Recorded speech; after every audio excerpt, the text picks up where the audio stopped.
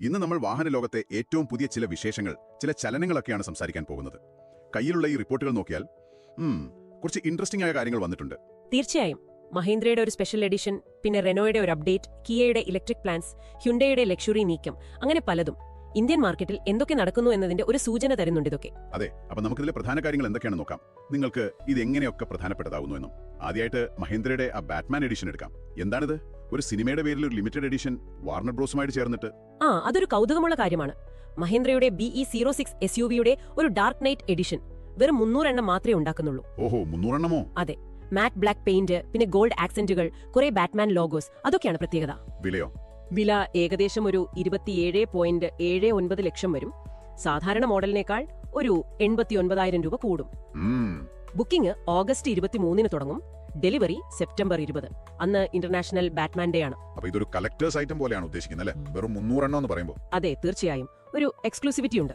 പിന്നെ ഒരു automotive company ആദ്യമായിട്ടാണ് വാർണർ ബ്രോസുമായിട്ട് ഒഫീഷ്യലി സഹകരിക്കുന്നത്. അതും ശ്രദ്ധേയമാണ്. ശരിയാണ്. അപ്പോൾ ഇതൊരു മാർക്കറ്റിംഗ് കൂടി ആവാം. ചിലപ്പോൾ പുതിയ തരം കസ്റ്റമേഴ്സിന്, ഒരുപക്ഷെ ചെറുപ്പക്കാരെയൊക്കെ പിടിക്കാനാവും. ആകാം. പോപ്പ് കൾച്ചർ ഇഷ്ടമുള്ളവരെയൊക്കെ ഇത് ആകർഷിച്ചേക്കാം. ഓക്കെ, ഇനി റെനോയിലേക്ക് വന്നാൽ കൈഗറിന് ഒരു ഫേസ് ലിഫ്റ്റ് വരുന്നു ഓഗസ്റ്റ് 24. എന്തൊക്കെ മാറ്റങ്ങൾ അവിടെ? റെനോയുടെ റീതിങ്ക് എന്ന് പറയുന്ന ഒരു പുതിയ സ്ട്രാറ്റജിയുടെ ഭാഗമാണിത്. അതായത് ഇന്ത്യൻ മാർക്കറ്റിൽ ഒന്നുകൂടെ ശ്രദ്ധിക്കാനും പ്രോഡക്ട്സ് ഫ്രഷ് ആക്കാനുമുള്ള ഒരു ശ്രമം. ടീസറൊക്കെ വന്നിട്ടുണ്ട്. അതിലെ പുതിയൊരു പച്ച കളർ കാണിക്കുന്നുണ്ട്. പിന്നെ സി പില്ലറിൽ എന്തോ പുതിയ ഗ്രാഫിക്സ്, സ്മോക്ഡ് ആയിട്ടുള്ള റിവേഴ്സ് ലൈറ്റ്, അങ്ങനെയൊക്കെ. ഈ റിപ്പോർട്ടുകൾ പറയുന്ന പോലെ ഡിസൈനിൽ ചെറിയ മിനുക്കുപണികൾ, പുതിയ ഫോഗ് ലാമ്പ്, ബമ്പർ, റെനോയുടെ പുതിയ ലോഗോ, ഇതൊക്കെ ഉണ്ടാവുമോ? സാധ്യതയുണ്ട്. എഞ്ചിനിൽ വലിയ മാറ്റം പ്രതീക്ഷിക്കുന്നില്ല. കൂടുതൽ മാറ്റങ്ങളും പുറത്തും അകത്ത് ഫീച്ചറുകളിലുമായിരിക്കും. ഓക്കെ, ഒരു ഫ്രഷ്നെസ് കൊടുക്കാൻ അല്ലേ? അതെ. അപ്പൊ നിലവിലുള്ള മോഡലുകൾ ഇങ്ങനെ പുതുക്കുമ്പോഴും മഹീന്ദ്ര ഭാവിയിലേക്ക് നോക്കുന്നുണ്ട്. NUIQ എന്നൊരു പുതിയ പ്ലാറ്റ്ഫോം. എന്താണ് ഇതിന്റെ ഒരു പ്രാധാന്യം? അത് വളരെ പ്രധാനപ്പെട്ട ഒരു നീക്കമാണ് മഹീന്ദ്രയുടെ ഭാഗത്തു നിന്ന്. ഇതൊരു പുതിയ മോണോകോക്ക് പ്ലാറ്റ്ഫോമാണ്. മോണോകോക്ക് അതായത് ബോഡിയും ഫ്രെയിമും ഒന്നായിട്ട് വരുന്ന ഒരു സ്ട്രക്ചർ. അതിന്റെ ഗുണം എന്താ വെച്ചാൽ വണ്ടിക്ക് ഭാരം കുറയും. ഭാരം കുറഞ്ഞാൽ എമിഷൻ കുറയ്ക്കാൻ പറ്റും, ഫ്യൂൽ എഫിഷ്യൻസി കൂടും. ഇതൊക്കെയാണ് ഗുണങ്ങൾ. ഇത് മോഡുലാർ ആണെന്നും കേട്ടല്ലോ. 4 മീറ്ററിൽ കൂടിയതും കുറഞ്ഞതുമായ SUVകൾക്ക് പറ്റുമോ? അതെ, അതാണ് ഇതിന്റെ വേറൊരു വലിയ അഡ്വാൻറ്റേജ്. ഇത് വളരെ ഫ്ലെക്സിബിൾ ആണ്.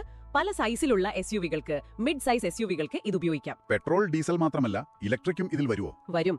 പെട്രോൾ, ഡീസൽ, പിന്നെ മഹീന്ദ്രയുടെ BE XEV ലൈനപ്പിലെ ബാറ്ററി പാക്കുകൾ ഉപയോഗിച്ച് ഇലക്ട്രിക് മോഡലുകളും ഈ പ്ലാറ്റ്ഫോമിൽ ഉണ്ടാക്കാം. കൊള്ളാം. പക്ഷെ ഒരു കാര്യം അവർ ക്ലിയർ ആയിട്ട് പറഞ്ഞിട്ടുണ്ട്: ഈ പ്ലാറ്റ്ഫോമിൽ SUVകൾ മാത്രമേ നിർമ്മിക്കൂ. ഓക്കെ, അപ്പൊ മഹീന്ദ്രയുടെ ഫോക്കസ് SUVകളിൽ തന്നെയാണെന്ന് വീണ്ടും ഉറപ്പിക്കുന്നു. അതെ.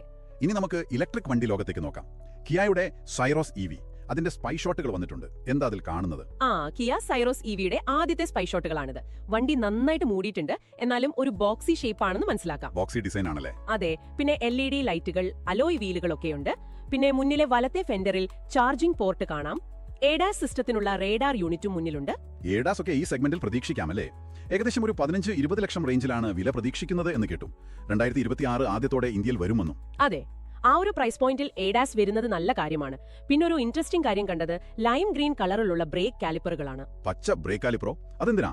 സാധാരണ കിയയുടെ പെർഫോമൻസ് മോഡലുകളിലാണ് അങ്ങനെ കാണാറ്, GT ലൈൻ പോലുള്ളവയിൽ. ഇതൊരു സ്റ്റൈലിംഗ് മാത്രമാണോ അതോ പെർഫോമൻസിന് എന്തെങ്കിലും സൂചനയാണോ എന്നറിയില്ല, കണ്ടറിയണം. ഓക്കെ, ഇനി അവസാനമായിട്ട് ഹ്യുണ്ടായുടെ ലക്ഷറി ബ്രാൻഡ് ജെനസിസ്, അത് ഇന്ത്യയിലേക്ക് വരുന്നു എന്നുള്ള വാർത്ത കുറച്ചു കാലമായി കേൾക്കുന്നു. ഇപ്പോൾ എന്താ പുതിയ വിവരം? ഹ്യുണ്ടായി ഇന്ത്യയുടെ CEO തരുൺ ഗാർഗ് അത് ഏതാണ്ട് ഉറപ്പിച്ച് പറഞ്ഞിട്ടുണ്ട്. അവർക്ക് ജെനസിസിനെ ഇന്ത്യയിൽ കൊണ്ടുവരാൻ ഇപ്പോഴും താല്പര്യമുണ്ട് എന്ന്. ഇന്ത്യൻ ലക്ഷറി മാർക്കറ്റ് അത്ര എളുപ്പമല്ലെങ്കിലും ഒരു ശ്രമം നടത്താൻ അവർക്ക് പ്ലാനുണ്ട്. കൂടുതൽ ഫോക്കസ് SUVകളിലായിരിക്കും. SUVകൾക്ക് ഡിമാൻഡ് ഉള്ളതുകൊണ്ടാവും അല്ലേ? GB80 കൂപ്പേ, GB70, ചിലപ്പോൾ GB60 EV ഒക്കെ പരിഗണനയിലുണ്ടെന്ന് കേൾക്കുന്നു. അതെ, തുടക്കത്തില് ചിലപ്പോ CBU ആയിട്ട്, അതായത് മുഴുവനായി ഇറക്കുമതി ചെയ്തു കൊണ്ടുവരും.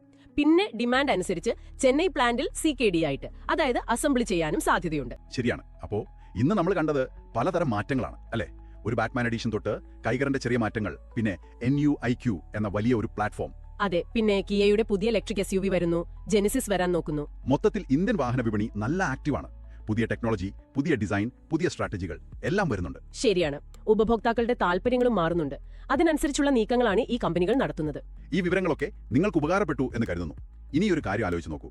ഈ NUIQ പോലത്തെ പ്ലാറ്റ്ഫോമുകൾ എത്ര പെട്ടെന്ന് നമ്മുടെ നിരത്തുകളിൽ സാധാരണമാകും? ഇത് ലോക്കലായി നിർമ്മിക്കുമ്പോൾ വില കുറയുമോ അതോ കൂടുതൽ പ്രീമിയം ഫീച്ചറുകൾ കാരണം വില കൂടാനാണോ സാധ്യത? ആഗോള സഹകരണവും പ്രാദേശിക നിർമ്മാണവും തമ്മിലുള്ള ഈ ഒരു ബാലൻസ്, അതെങ്ങനെയായിരിക്കും ഇന്ത്യൻ വാഹന വിപണിയെ മുന്നോട്ട് കൊണ്ടുപോകുക? ഇതൊക്കെ ശ്രദ്ധിക്കുന്നത് രസകരമായിരിക്കും.